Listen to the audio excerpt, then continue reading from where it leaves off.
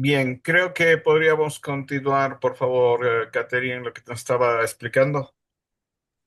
Sí, pero bueno, yo hice un análisis de fotografías del primer fotógrafo quiteño, Benjamín Rivadeneira, porque quería, mejor dicho, lo que hice fue reconstruir la memoria histórica y las identidades raciales dentro del proceso de modernización de Ecuador, específicamente Quito. Entonces, no sé si le podría presentar las diapositivas que presenté de este trabajo para que Cla- vean. claro, sí, ahí está para que pueda compartir. Gracias. Me sale que no puedo. No, sí, a ver, yo ya le puse para que pueda compartir. No, o le puedo mandar a usted. No, no, ahí está, no sé, Me dele, sale en anfitrión inhabilitado la función de compartir. porque si está ahí, le estoy dando para que pueda compartir. Mm, Inténtale otra vez. sí, lo estoy intentando, pero no me deja. No sé qué pasa.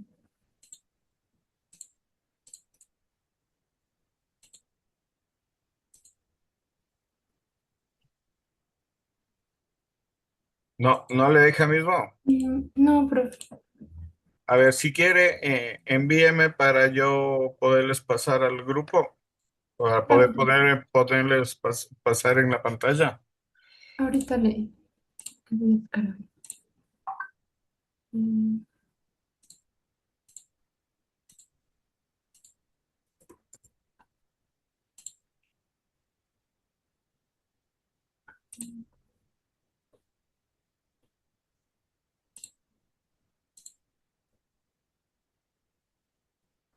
Se está descargando. ¿A dónde me mandó? ¿Al WhatsApp o al Ahorita correo? al WhatsApp le voy a mandar, profe, solo que se está descargando. Ah, ya, ya. Sí, perdón. Si son muy pesadas, se va a demorar un poco. Ya, Sí, están mientras, las bastantes imágenes. ya, mientras tanto, de pronto nos puede ir contando algo de su trabajo. Sí, bueno, el, justamente puse a Benjamín porque quería verlo del inicio de la fotografía con la historia y cómo llegó ya como un fotógrafo ecuatoriano, ya no con los extranjeros. Entonces, bueno, el planteamiento del problema es cómo estas imágenes contribuyeron a consolidar una visión hegemónica del pasado histórico y la identidad ecuatoriana, y cómo estas representaciones siguen moldeando la memoria visual y cultural del país. Mi objetivo general es analizar la representación histórica y cultural de las fotografías de Benjamín Rivadeneira a finales del siglo XIX en la modernidad. Y de objetivos específicos tengo que examinar cómo estas imágenes se utilizaron para crear identidades y diferencias raciales e identificar la intención del fotógrafo y el contexto histórico de las fotografías. Tiene un enfoque transdisciplinario, combina la historia, antropología visual, comunicación social, para analizar cómo estas fotografías moldearon y reflejaron la sociedad quiteña de finales del siglo XIX. Entre marco teórico tengo bastantes teóricos. Tengo a Walter Benjamin para ver el tema de la noción de pérdida del aura en las imágenes reproducidas y la figura del cráneo. Tengo a Deborah Poole, que analiza el retrato fotográfico andino, que fue clave para la construcción visual de la diferencia racial. A Philippe Dubois, que considera la fotografía como un enunciado semiótico, es decir, como una construcción que no es neutra ni objetiva, sino cargada de intención. A Susan Sontag, que entiende la imagen como un acto de poder que puede manipular la realidad y la memoria colectiva. Ah, ya se descargó. Ya le mandé. También tengo a Pierre Bourdieu, que plantea que la fotografía está condicionada por el gusto y el capital cultural de cada clase social. Y aquí en la presentación está también Bolívar Echeverría, pero tengo muchos más. Y bueno, de Bolívar Echeverría tengo que aporta el concepto de modernidad barroca y permite leer esa modernidad que fue asumida en América Latina como un proyecto desigual y mestizo. Después está una historia de la fotografía y cómo llegó aquí a Ecuador. También el tema de eurocentrismo e imagen. Están unas imágenes general de Latinoamérica. Después ya va el caso ecuatoriano de los fotógrafos extranjeros. También está el tipo de metodología que usé, que es una metodología cualitativa. El objeto de estudio son las imágenes de Benjamín Rivadeneira que encontré acá en INPC, en su momento Ministerio de la Cultura, y en el libro del Ecuador en Chicago. Sí, ya estoy abajo.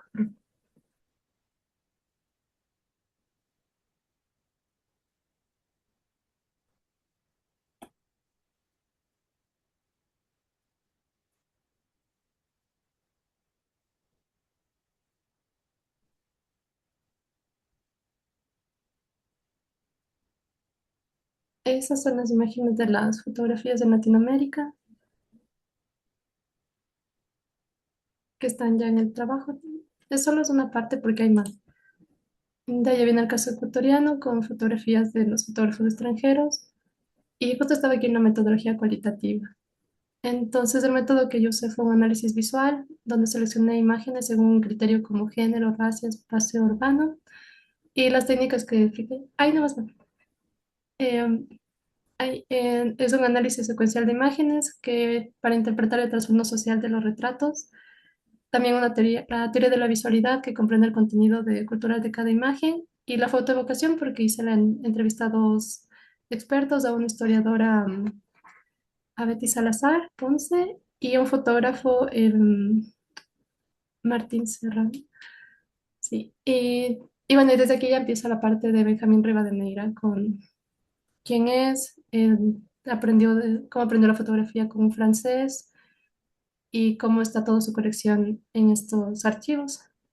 Y ahí abajo está el tema de la estética y representación social, el contexto, un ejemplo de imágenes, pero ya en el trabajo hay muchas más imágenes. Em, Como esta de cómo se representaba a los hombres, abajo a las mujeres de la época. Y como se puede ver, no había rastro de personas indígenas. Este es del libro del Ecuador en Chicago y aquí de grupos de familia. Mm. Una pregunta, Catherine. ¿Ha hablado por si acaso con Coco Lazo? No, pero sí sé quién es. Nieto de fotógrafo también. Claro, Cuando me hizo. sí, porque él hizo un trabajo bien interesante sobre su abuelo, que un poco era lo mismo, ¿no? Que inclusive porque antes se hacían placas metálicas, el abuelo borraba A los- los indígenas de las placas, ¿no? Para que no aparezcan en estas fotos generales. Claro, Benjamín fue como unos 30 años antes, entonces él en vez de borrarlos no los incluía y después sí, Lazo ya les borraba en cambio. Claro. Y aquí está la ciudad. En esa época se podría decir por las fotos y porque no tiene muchas de las fotografías de Benjamín, no tienen su nombre, pero por la estética se dice que es de él. En el INPC se le pone como que es de él. Entonces, en estas imágenes, las primeras de Quito se dan a entender que son de él. Y estas son igual fotos de la ciudad, no toma fotos de la parte urbana. Y ahí está Quito, con el centro histórico, básicamente. Y esta es la única que se tiene de una parte urbana, que es lo que ahorita sería la iglesia de Cotocollao. Pero es la única, que al menos que aparece en el libro de Ecuador y Chicago, que fue el que se presentó en Estados Unidos. Y así es como nos mostraron a nosotros. Y bueno, y al final están las conclusiones.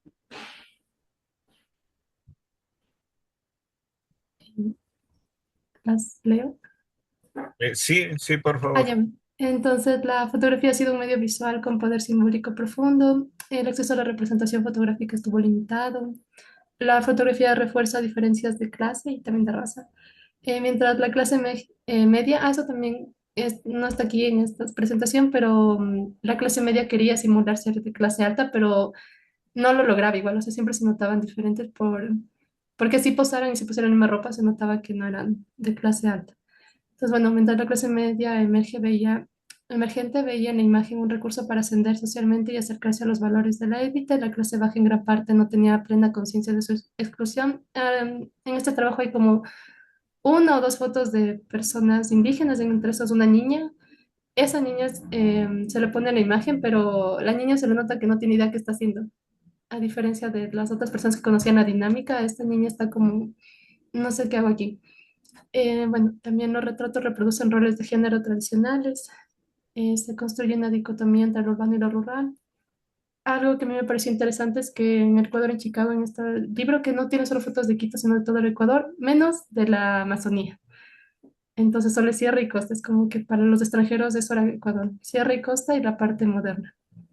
Y por último, que las fotografías de Benjamín Rivadeneira permiten reconstruir un momento de transición política y social, que justo fue la época donde estaba pasando al gobierno de Eloy Alfaro, pero también reflejan una visión alineada con los intereses de los sectores dominantes.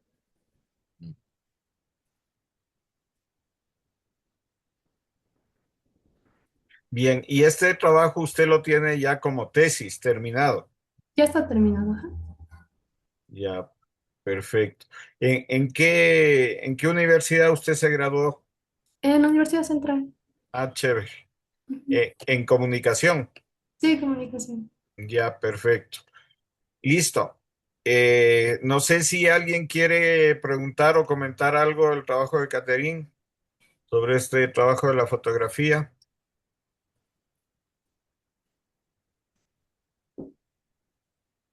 ¿Alguien que quisiera comentar o participar? Yo quisiera Sí, preguntarle a Caterín, claro. em, ¿dónde conseguiste los registros históricos de todas las fotos que has sacado? ¿Cómo fue ese proceso? ¿Nos puedes contar un poco? Claro, ese fue el proceso más largo que tuve. Em, Tuve que ir a todas las instituciones culturales de acá de Quito o las que encontraba del país. Y la primera que me encontré más fue en el INPC, en el Instituto Nacional de Patrimonio Cultural.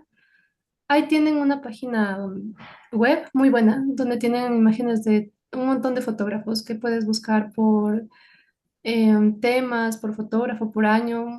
Es muy buena, pero no estaba todo. Entonces fui justo a Aurelio Espinosa Polida, la biblioteca. Ahí tienen un libro o sea, ahí tienen un montón de registros igual y entre esos está El Ecuador en Chicago, porque el INPC sacó un libro de este fotógrafo donde explica todo lo que hizo. Entonces, este libro de Ecuador en Chicago no está en el INPC, esas fotos no están.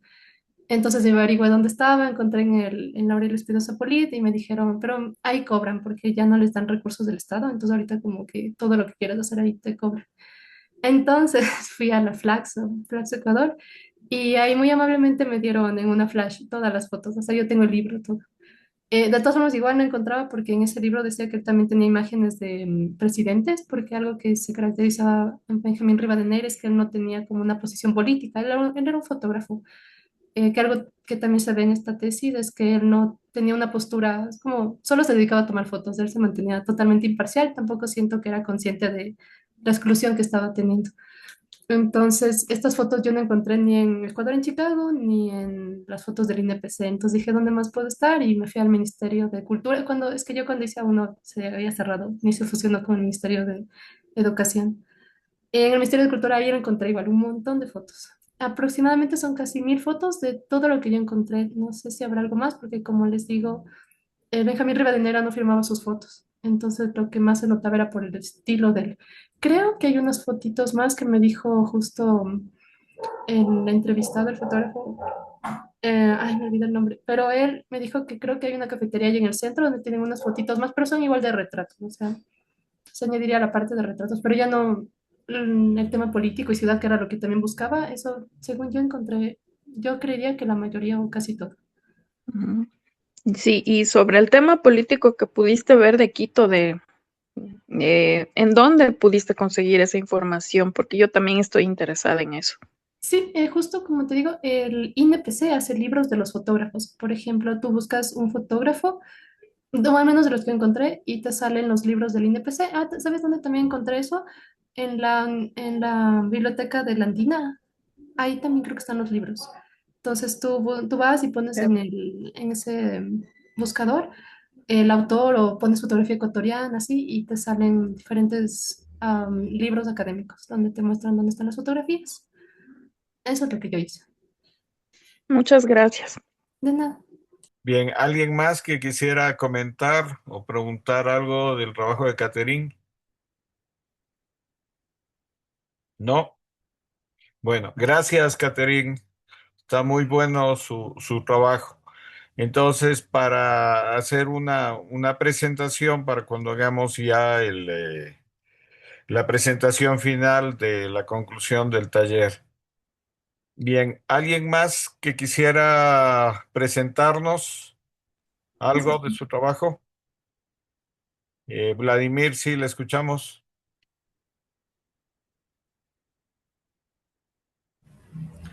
Buenas noches, compañeros, buenas noches, Carlos. Sí, en realidad yo ya había hablado un poquito de mi trabajo, bueno, hace algunas clases atrás, como que en mi familia yo soy el que ha hecho las cosas, las fotos y todo eso. Entonces estaba como viendo de qué manera narrar lo que he hecho. Entonces estaba escogiendo como un documental que filmé independiente que es acerca de la historia de la pandilla del terror del Juan Fernando Hermosa. Otro producto más. Había antes este proceso que es, creo que Niño del Terror se llama. Hay luego otro podcast con otro integrante que es solo material de audio. Y no hace mucho se grabó de otro integrante que se llama Milton Vidal, que es con el que yo tuve pues contacto e hicimos y grabamos pues la vida de él en el Penal García Moreno. Entonces mi producto es como mostrar las imágenes porque en este documental tuve el rol de director de arte. Entonces es como que tengo las imágenes que me pasaba la esposa, porque Milton Vidal dentro de la cárcel él hace una iglesia, o sea, pasa bastante tiempo siendo como otro privado de la libertad más, pero ahí adentro llegan a visitarle la que ahora es su esposa y ella le habla de Dios y como que él hace ahí adentro una iglesia y eso cuenta la historia. Entonces, ahí adentro pudimos entrar, ya estaba cerrado, incluso ya no había como visitarle de manera como se hacía tipo museo. Entonces pudimos entrar y ahí tengo fotos, entonces que ella me mostraba donde se tomó en la celda, entonces hay como que este trabajo de reconstrucción de cómo él tenía la celda y todo eso. Entonces, ese es como el producto que yo ya tendría hecho, o sea, como que ya para presentar el proceso de arte, de la construcción de personajes, de cómo se grabó y en el Penal García Moreno. Pero en este tiempo he estado como que haciendo a la par otro trabajito y eso es lo que de pronto quería consultar, porque este trabajo es como que ya tendría trabajado, este que le digo de Milton Vidal, que se llama Perseguido, trabaja Carlos Valencia de Rata, Ratones, Rateros, está Alfredo Espinosa de Monos contra Gallinas.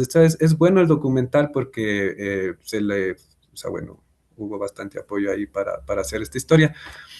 Y el siguiente trabajo, que es el que yo quería comentar, es acerca de que, no sé, estoy como que viendo si se podría alargar o comentarles también a los compañeros, que es la historia de la psiquiatría en Quito, Ecuador. Recién el San Lázaro se está activando de nuevo, le van a reconstruir y demás. Entonces, hace unas clases atrás vimos una imagen donde le electrocutaban a una chica, entonces, bueno, una señora. Y este es un procedimiento de la psiquiatría antigua, de estos procedimientos que hay bastantes películas que, bueno, en este nido del cuco, se me va el nombre, nada, bueno, este. Entonces hay varias películas, incluso la vida de Basaglia, que es este doctor que promueve el movimiento antipsiquiátrico y que cambia todo este manera de esposarles, ponerles las camisas de Camisas. fuerza, meterles en jaulas, encadenarles, baños de agua fría. Entonces, todas estas metodologías sí se ve que se practicaban. Aparte también, si tú eras como no apoyador de la política actual, es como que también te lanzaban para allá. Si tú, digamos, tenías también una orientación sexual, o sea, no acorde a la época también.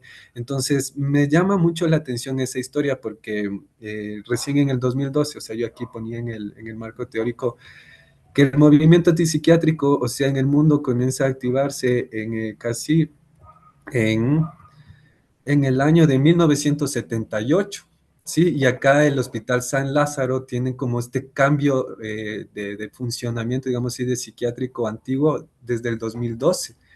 Entonces sí, como que me llamaba la atención poder recopilar esta historia de la psiquiatría, de la locura, si se puede decir así como lo llama Foucault, ¿no es cierto? De la historia de la locura en Quito, cómo se manejó este San Lázaro, cómo cambió, bueno, la manera en que se cerró. Yo alguna vez visité en el colegio el San Lázaro, pero poder recopilar esto, o sea, en estos días he estado, o sea, visitando el San Lázaro como para poder tener un acercamiento a estas imágenes o si es que alguien ha tenido pues archivos de imágenes como para contar, porque hay tesis, en la católica fui a averiguar y hay tesis que hablan de la historia de la psiquiatría, pero esto como escrito, pero más no hay un producto de imágenes. Entonces esto es como un algo que he podido ver y que he estado, bueno, desarrollando en cuanto a recién gestionar este tipo de permisos. Y preguntarle a usted, Carlos, o sea, dónde tal vez si habría uno como un archivo donde ir a buscar estas imágenes o al menos poder hacer un pequeño, no sé, un video como para explicar y las maneras de todo eso, porque bueno, este rubro también me interesa bastante. Eso nada más con este tema. Con el primero es como que este producto que ya tengo y el segundo me llama mucho la atención porque tengo bueno, otro título después del cine que es de psicología clínica, entonces también quisiera unir estos dos campos, o sea, tanto lo del cine como ahora la historia de la psiquiatría.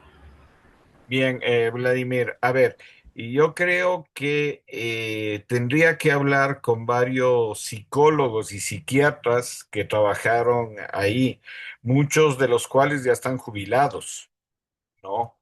La referencia puede ser Medicina de la Central. ¿No? La Facultad de Medicina y de Psicología de la Central, en donde salían tanto los psicólogos como los psiquiatras, porque médicos, digamos, privados casi no iban allá, ¿no? La mayoría de prácticas y de médicos salieron de la Central. Entonces, eh, a ver, hay algunos nombres, se me va ahorita, pero hay algunos nombres de psiquiatras que yo conocí que trabajaron ahí. Si usted mañana me escribe, y ya recuerdo los nombres y le puedo pasar, ¿no? Pero ese veo que va a ser un trabajo más a largo plazo. Entonces, estoy de acuerdo con usted que de pronto si tiene este trabajo pueda hacerlo para concluir el taller. Sin embargo, igual puede seguir trabajando eso, lo que les digo a los compañeros, no solo a ustedes, sino al resto. Si bien ya terminamos el taller, de pronto la próxima semana es la última y después ya vamos a la presentación de los trabajos finales, pero yo siempre estoy abierto cuando ustedes quieren hacer alguna consulta, alguna cosa, no tienen ya mis datos, mi correo, mi celular y yo estoy abierto a apoyarles en cualquier trabajo que ustedes estén desarrollando independientemente del taller, ¿no? Entonces, sí, o sea, me parece interesante trabajar ese tema, pero ya le digo, tendría que consultar con los psiquiatras que trabajaron ahí, ¿no? Y de pronto ellos pueden tener esa documentación, esas fotografías o de pronto videos de ese proceso, o ellos le pueden enfocar sobre eso. Muchísimas gracias. Sí, la verdad me abre un poquito porque yo estaba más como en la gestión municipal, como para ver si, pero voy a tomar este camino en cuanto a entrevistas y demás. Sí, sí, Claro, gracias, y profe. la gente que trabajó ahí, ya le digo, yo conozco un par, ahorita se me fueron los nombres, pero sí, gente que hizo un trabajo ahí alrededor del San Lázaro, ¿no? Y ya son, claro, médicos jubilados, pero de pronto Ujú. se puede tomar contacto con ellos. Ya, profe. ¿Alguien Gracias. que quisiera eso comentar o preguntar algo del trabajo de Vladimir, por favor? Yo quería decirle a Lev que le puedo dar un contacto y por interno para que le pueda preguntar y consultar estos temas de su investigación. Estoy segura que